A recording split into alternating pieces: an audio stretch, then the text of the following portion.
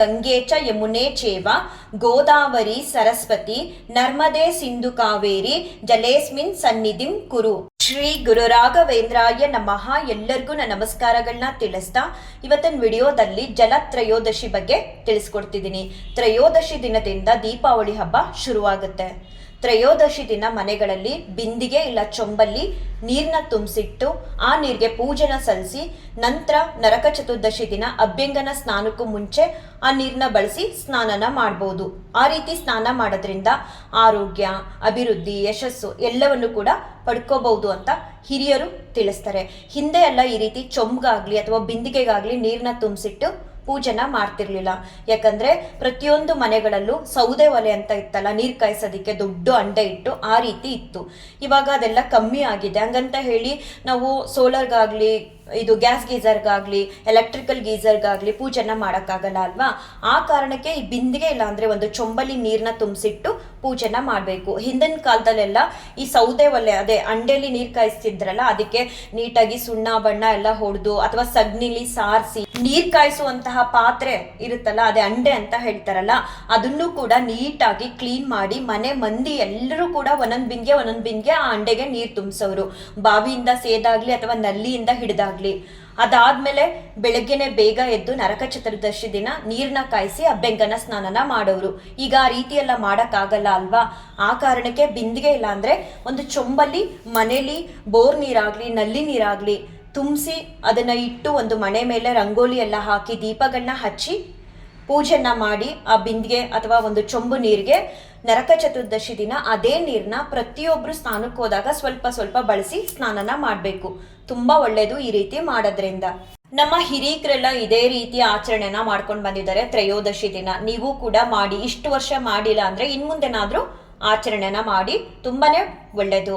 ಮನೇಲಿ ನೀವು ಮಡಿಯಾಗಿದ್ದಾಗ ಒಂದು ಬಿಂದಿಗೆ ಅಥವಾ ಒಂದು ಚೊಂಬಲ್ಲಿ ನೀರ್ನ ತುಂಬಿಸ್ಕೊಳ್ಳಿ. ನಲ್ಲಿ ನೀರಾದ್ರೂ ಸರಿ ಅಥವಾ ಬೋರ್ ನೀರಾದ್ರೂ ಸರಿ, ಅಥವಾ ನಿಮ್ಮ ಊರುಗಳಲ್ಲಿ ಹೊಳೆ ಆ ಥರ ಇದೆ ಅಂದ್ರೆ ಅಲ್ಲಿ ಹೋಗಿ ನೀರನ್ನ ತುಂಬಿಸ್ಕೊಂಡು ಬಂದ್ರು ಸರಿ. ತಂದ್ಬಿಟ್ಟು ಆ ನೀರನ್ನ ದೇವ್ರ ಮನೆಯಲ್ಲೇ ಇಡಬೇಕು. ತುಂಬಾನೇ ಒಳ್ಳೇದು ದೇವ್ರ ಮನೇಲಿ ಇಟ್ಟು ಪೂಜೆ ಮಾಡೋದ್ರಿಂದ. ಹೇಗಿದ್ರು ಸಂಜೆ ಸಮಯ ನೀವು ದೇವ್ರಿಗೆ ಪೂಜೆ ಮಾಡುವಾಗ ಆ ಚೊಂಬಲಿರುವಂತಹ ನೀರಿಗೂ ಕೂಡ ನೀವು ಪೂಜೆನ ಸಲ್ಲಿಸಬಹುದು. ಒಂದು ಪೀಠನ ಹಾಕಿ ಅಥವಾ ಒಂದು ಮಣೆನ ಹಾಕಿ ಅಲ್ಲಿ ನೀರ್ನ ಇಟ್ಟು ನಿಮ್ಮ ಕೈನ ತುಂಬಿರುವಂತಹ ಬಿಂದಿಗೆ ಮೇಲೆ ಇಟ್ಕೊಂಡು ಈ ಒಂದು ಶ್ಲೋಕನ ಹೇಳ್ತಾ ಗಂಗೆ ಹತ್ರ ಬೇಡ್ಕೋಬೇಕು.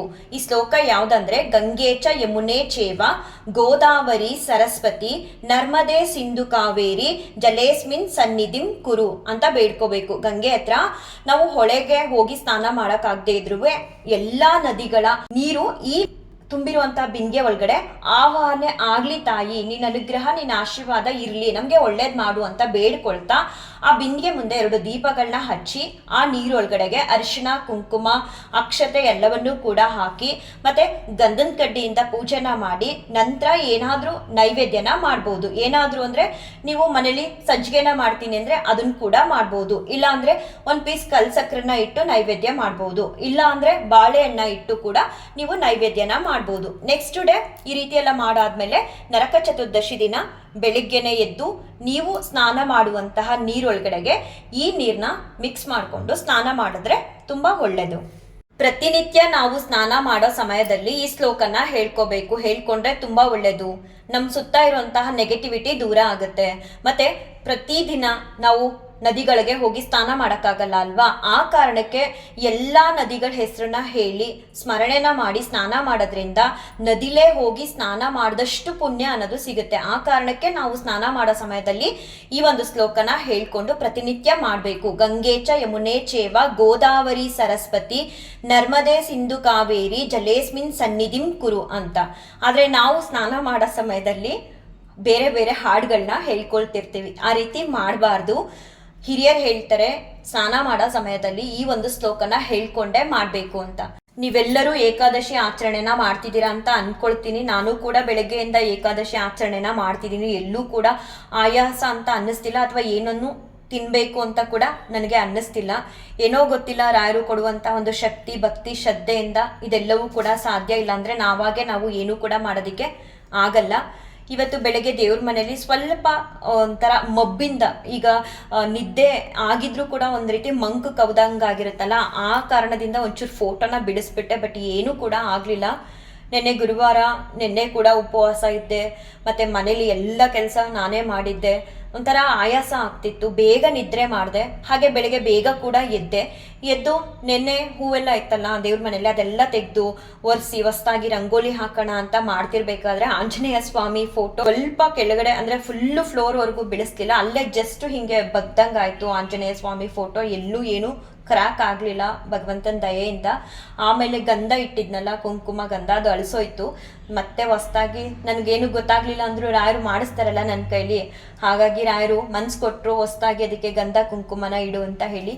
ಮತ್ತೆ ಗಂಧ ಕುಂಕುಮನ ಇಟ್ಟು ಸೇವೆನ ಸಲ್ಲಿಸಿ ಆಶೀರ್ವಾದ ಕೂಡ ಪಡ್ಕೊಂಡೆ. ತುಂಬ ಚೆನ್ನಾಗಿ ಆಗ್ತಿದೆ ಏಕಾದಶಿ ಆಚರಣೆ. ಮತ್ತು ಇನ್ನೊಂದು ತಿಳಿಸ್ಲೇಬೇಕು, ನಾನು ಕೂಡ ತಪ್ಪು ಮಾಡ್ತಿದ್ದೆ.